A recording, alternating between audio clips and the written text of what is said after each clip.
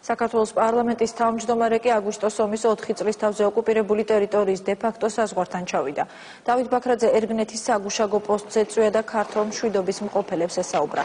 ბაქრაძე მათ სამუშაო პირობებს გაეცნო და კიდევ ერთხელ დააფიქსირა ის ფაქტი, რომ ომი რუსულმა მხარემ დაიწყო და რომ არა ეს ომი ქართველი და ოსი ხალხი ამ დრომდე მშვიდობიანად იცხოვრებდნენ. ერგნეთის საგუშაგოზე პარლამენტის თავმჯდომარესთან ერთად ევროპის მონიტორინგის მისიაც იმყოფებოდა.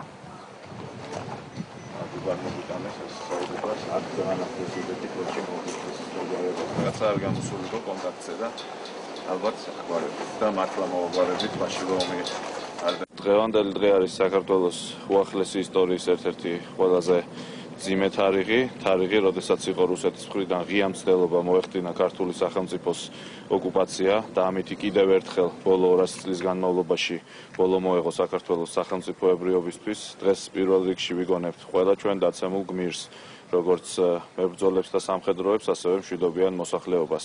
და დღევანდელ დღეს მე მინდა განსაკუთრებით ვთხოვო ყველა ჩვენს კოლეგას თუ ოპონენტს. მოდით ვიდაოთ ნებისმიერ თემაზე, გაგვაკრიტიკეთ ნებისმიერ საკითხზე, გაგვლანძღეთ ჩვენ, მაგრამ ნუ გავლანძღავთ ჩვენს ქვეყანას, ნუ გავქელავთ ჩვენი დაღუპული მებრძოლების ღირსებას და ნუ ვიტყვით, რომ საქართველო და ქართველები არიან დამნაშავე იმაში, რომ ბოლო 200 წლის განმავლობაში რუსეთი ებრძვის ქართულ სახელმწიფოს და ამ ბრძოლის შედეგი იყოს სამჯერ პირდაპირი აგრესიის და სახელმწიფოებრიობის გაუქმება.